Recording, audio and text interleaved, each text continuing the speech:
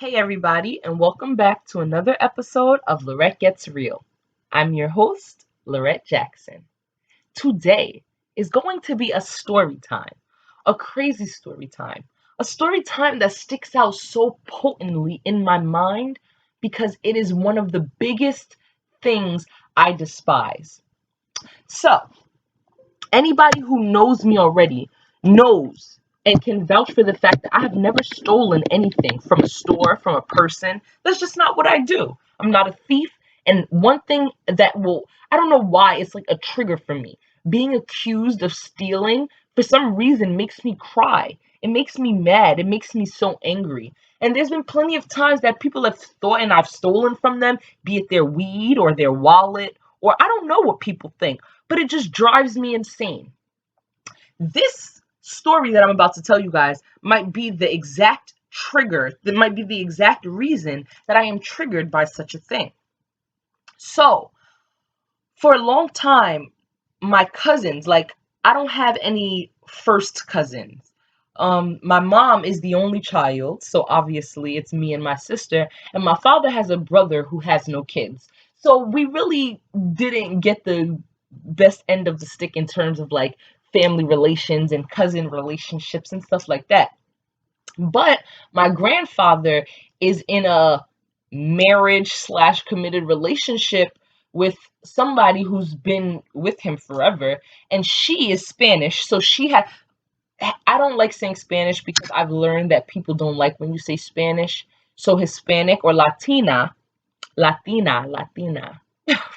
Anyways, listen, it is literally 2:50 a.m. while I'm making this story time. I have a class at 10:50. I have stuff to do, but we're gonna do this story time because I can't sleep. So, anyways, she has of Hispanics have a lot of family. So her nieces and nephews became my cousins. Now, my cousins would always go away to this program called Fresh Air Fund, and they would always come back with clothes and gifts, or they would come back with crazy stories about things that they did that me and my sister had never done. So we begged my mother to put us in Fresh Air Fund. And for a while, she wasn't going to do it because she didn't know what it was. And I'm going to tell you guys what it was. But when she finally did it, like, we were excited. So for those who don't know, Fresh Air Fund is a program that, as far as I know, I don't think it's only in New York City, but I know I'm from New York City. So basically, kids from New York City get assigned to go to a place with a richer white family. So city kids get to go to the country and experience country living, doing all different types of things. So, my sister, she went to Maine. I went to New Hampshire. And it's crazy because now I'm in Vermont, which is like the next state over. But anyways, so I went there the first time. The first time I went, I think I was like 10 years old. And I had a 6-year-old come with me. Her name was Bernaya. And she was from Brooklyn. I remember that. And yeah, so we went to the Fresh Air family. It was great. I had such a good time. I loved the family. We didn't really care for the 6-year-old, both me and the family, because she was young. She was kind of annoying. She was a brat. So whatever. They decided that they would invite me back for the next summer. So I was so excited. The first time I went, they never send you for more than 14 days when you're first going. And then if the family wants you back, they can have you back for as long as they want, like, for the whole summer. So this next summer, I was supposed to come and stay for 50 days, 50. I was going to stay with this family in New Hampshire that I had, grown to like and, love. When I was home in New York from the first time, they were sending me clothes. The first time we didn't, so we I can't speak English. We did so many activities. So, I was excited to go back. So when they pick me up, everything is great the second time around. It seems great. Everybody's excited to see each other. Now, I was about 11, and the family that I was staying with had a daughter and a son. The son was like 21, maybe, and the daughter was about 16. Now, of course, I stayed with the daughter because she was a girl. She was younger. So, I slept in her room and like I hung out with her more times than not. But this second time around, and then the brother was kind of estranged from the family because he had anger issues and things of that nature. I don't want to get too crazy in depth with this because I don't want to dig into their personal private lives, and who knows what's going on present day, even though I do still have some type of contact with them if I wanted to. Moving forward, so the brother became my best friend. He had a girlfriend who lived with them as well. He became my best friend because he was so estranged from the family. He already hated his family. So he understood what was going on when I was under attack. You know, the little black girl that entered this prestige. Not, I don't want to say they were super wealthy, but they had more money than me, that's for sure. So,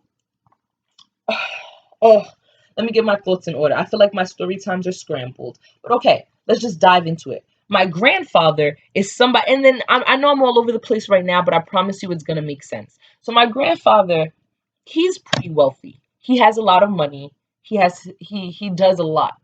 And so he's the type of person that believes in being prepared. So even though I was young, he wouldn't send me out of the state without any money. So he gave me $40 and he told me to keep that $40 in my wallet, period, unless there was an emergency, right? So, okay, I kept that money in my wallet. You know, days are going by when I'm with this family for the second time and now I'm by myself. And, you know, it was weird because now the daughter is becoming a little bitchy. And, you know, she had her friends over and they would talk about me. I guess I don't know. It just started getting weird. I feel like the daughter would always try to tell me what to do. And I've always been the type of person like, don't tell me what to do. Like, you're not the boss of me. So that created tension between myself and the family, considering that's their daughter. So they decided that they wanted to take me to their family reunion in Pennsylvania. Now, mind you, I'm only on like day 21 or something like that. And I'm like, okay, like, let's go. So we go to the family reunion. Now, because my grandfather has money and my mother, she had me when she was kind of young. So she's not the most wealthy and she definitely wasn't the most wealthy. And so I wasn't able to have name brand clothing and all the things that I wanted. Like this is a time when name brands started to become popular. When we were in 5th and 6th grade, that's when people started caring about what you wore. They teased you or laughed at you if you didn't have the nicest clothes. And this is when Aeropostale was popping, popping. I was dying to have something Aeropostale, right?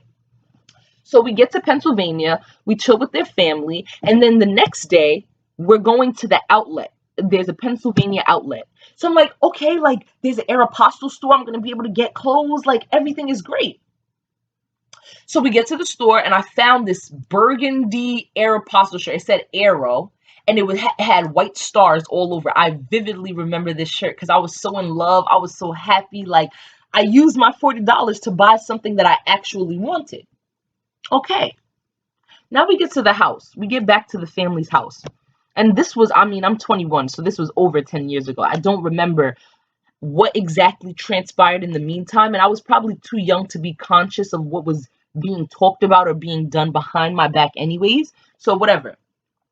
All I know is that we were only there for about the weekend.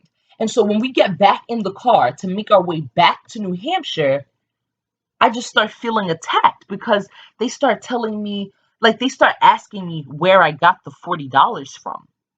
Now, I want you guys to know because this story is about to take off. And my mind is like so scrambled. So my stories are all over the place, but stick with me. Stick with me. Okay? Now, I already told you guys that there was tension between me and the daughter. There's been tension. There had been tension. There had been attitudes and problems and words spoken between the both of us. So when we get back in the car, and I remember she had her old childhood friend named Amanda come over. Her friend Amanda was from out of the state. And like that day that they were over, like because there was tension between me and the daughter, I was outside and they were inside. And I remember them like looking outside from the window and like laughing and talking. And I don't remember what I thought and I don't remember what happened, but I definitely know that they were talking about me and I definitely didn't like it.